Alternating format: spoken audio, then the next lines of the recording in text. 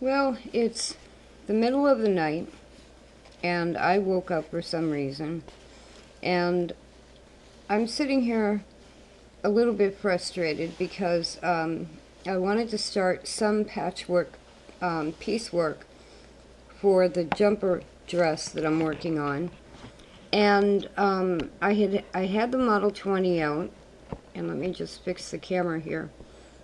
I had the Model 20 out and was going to start with that, and for some reason,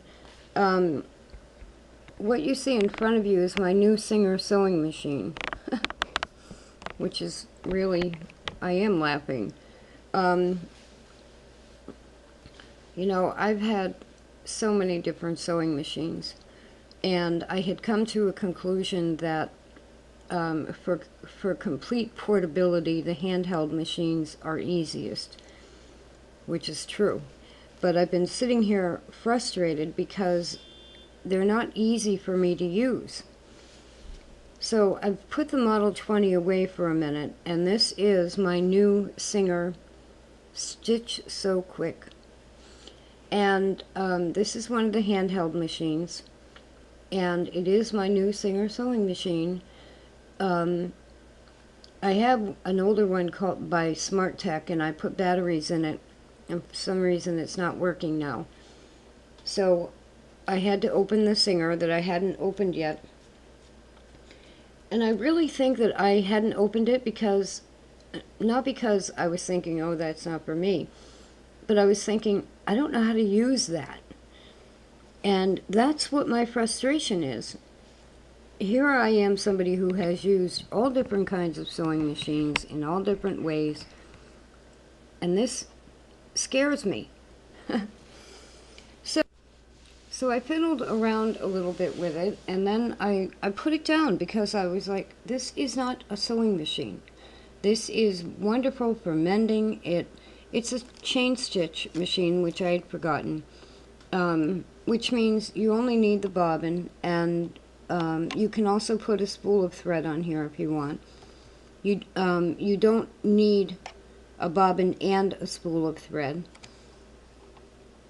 And, so this is convenient. You can even buy pre-wound bobbins. So it's convenient, but it doesn't seem like a sewing machine to me. And I'm not sure why. But, so I started fiddling around with it. I started doing some piecing. And my first seam came out very well. And I'll show you on the green side of the fabric. Nice and straight. So I figured, okay, I'll do another one. When I did the second one, look at that. I think we need to have a handheld sewing machine challenge to see who can do this the fastest and the best.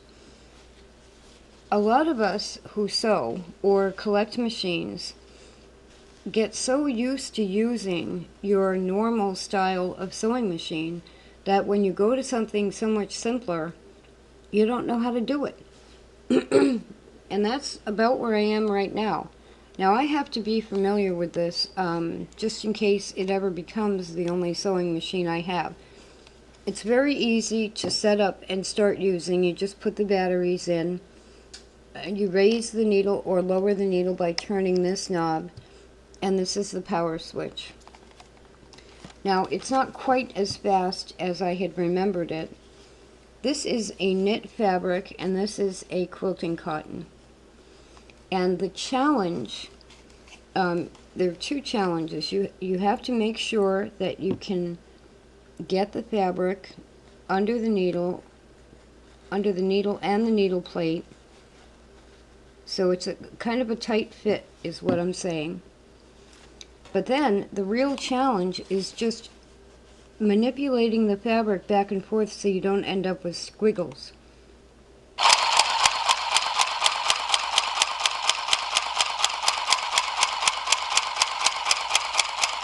Now that might be stalling in one place because I'm using the knit fabric on the top. Now, if I had the Model 20 or the Spartan or any of my other machines right in front of me, I would just be sewing. But I do think, yeah, see, it got hung up on the knit. So let's turn it over and have the cotton on the top. What I was afraid if I did it that way was that the knit underneath would slip. And I haven't yet tried this one going over pins. Now, it is a little bit awkward because that happens. You go to lift the needle plate and you end up pushing the needle down by mistake.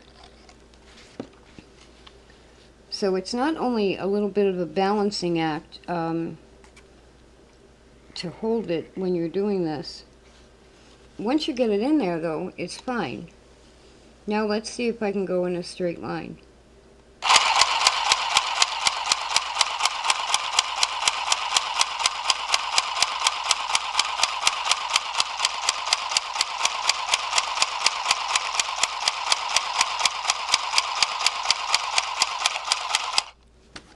And the beginning thread got caught up there. Now that time I did much better. It'll show up better on the red. But see, there's a skipped stitch. Now I did find out that if you let it keep sewing past the fabric and then just pull, you can pull your seam right out. So now the seam isn't there. And actually, you know, that is the beauty of a chain stitch. It's also the problem if you don't secure your seams right. But until you get good at this, at least you can just easily rip out your seams. Now let's try it again. So this is like a personal challenge because I had a doctor once. She was a wonderful person.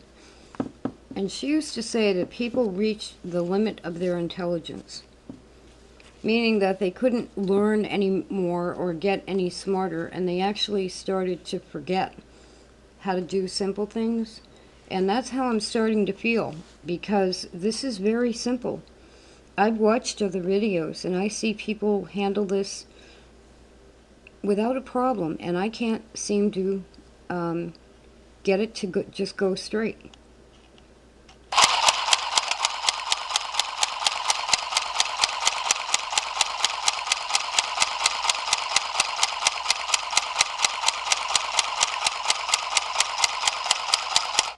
Now that time the thread broke.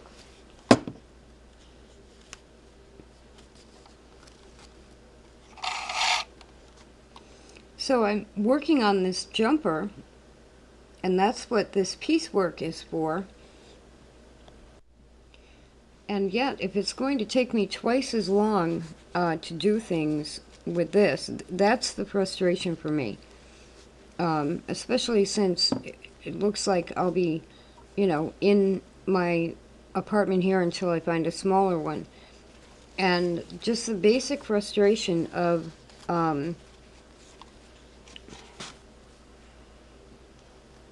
not being able to do this and not knowing why. It's not coordination. It's probably just getting familiar with this. So I'm going to put a pin in, and you have to have the head of the pin facing away from the needle. Now obviously knits are not easy to sew to begin with.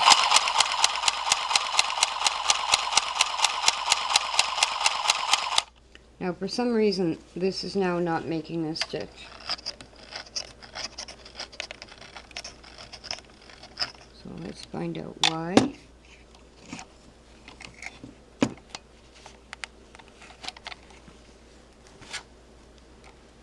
And it's probably that the needle has come unthreaded, which it has. So let me just re-thread that. I might have seen that if I had had my glasses on, but I didn't, so Yeah, now see, this has an eye. You come through the tension here, and then you have to go through an eye on the underside, inside, where my finger is, and then through the needle from the back, or the, you know, the inside of the machine toward the outside of the machine. You can get an adapter, a DC adapter for this, so you could use it on power instead of batteries if you wanted to. The fact that it's so small, and it's a very tight area around the needle, and it's a little bit annoying when it comes unthreaded, but I guess not more annoying than other machines. It looks like they've got a cheap thread in this because it's fraying a lot at the end. But I really think if you know, I'm sure there are a lot of people out there that use these all the time, and I'm just surprised that it didn't seem that easy for me to keep a straight seam. That's what surprises me. So on this one, what we'll do is I'll put another pin at the beginning, and we'll see if that makes it easier. Now the fabric that I'm making for that jumper, I really just need to do, I'm using 5-inch blocks, and I just need to do 5 across. So I can just keep doing strips of 5 whenever I get the chance to make that fabric. And if this would work, I mean, it's easy, it's convenient to leave it on the table with a pile of blocks, and you know, whenever I get the chance, just do a few of the seams. This is the frustrating part, lifting up this plate to get the fabric under here. I mean, you don't appreciate a presser lifter bar until you try to use one of these. And just getting the fabric in there is taking longer than it does to sew a seam.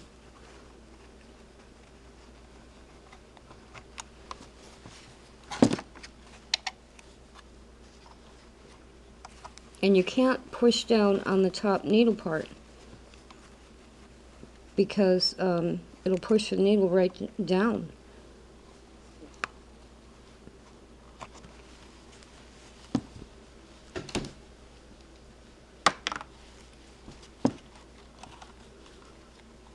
Now I'm sure the pin is going to get in the way. I mean, this is ridiculous that it's taking me this long.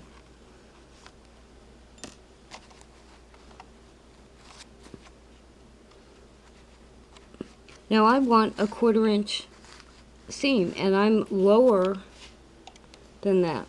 But let's see if I can manage to do this.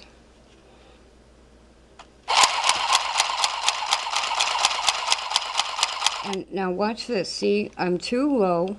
I'm like at 1/8 of an inch. And to get back up there,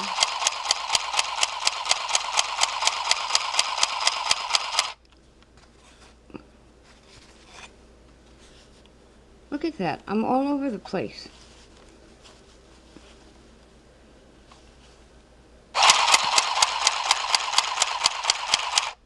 But it did just go over that pin without a problem. That is like the worst seam I've done in years. Look at that. So I'm going to try and let this stitch off at the end and see if I can pull that out. If you let it go about that far, then you can just pull the whole thing out. So this is, I mean, I feel like I'm back in school in some way, or college or something, and some professor has handed me this very simple machine and I can't figure out how to get it to work well. They're not difficult to figure out generally, but it's almost like I'm trying to develop a finesse with using this thing. So, like I said, I'm sure there are people everywhere that just pick these up and have no problem, but I think I've had very nice sewing machines for so long. You should have seen me about a half an hour ago. I was sitting here looking at this saying, it isn't even a sewing machine. It doesn't look like a sewing machine. It does sew. This would be so frustrating to use all the time.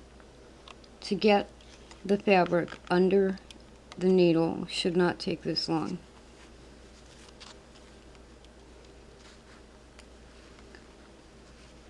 So if any of you use these on a regular basis and you have little tips or hints on how to handle them more easily, let's try this again. And the knit might be my problem in this one.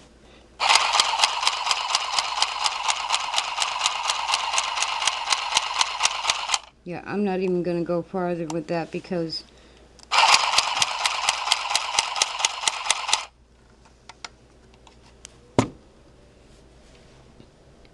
now, you know what I want to do? I want to jump up, grab one of my other sewing machines, and just sew the seam. And I'm not going to do that because this is a simple task that anybody should be able to do. And so now, what's going to end up happening is this will be a challenge for me. And I'll probably end up using this more than I ever would before because I now want to get good at it.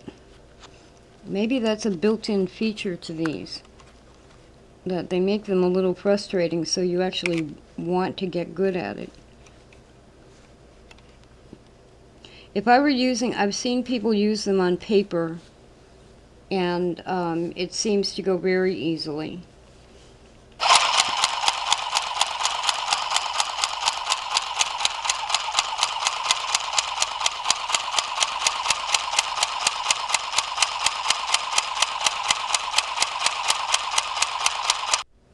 So not much better at all. I'll have to pull that out and do it again. So the machine works great. I need practice.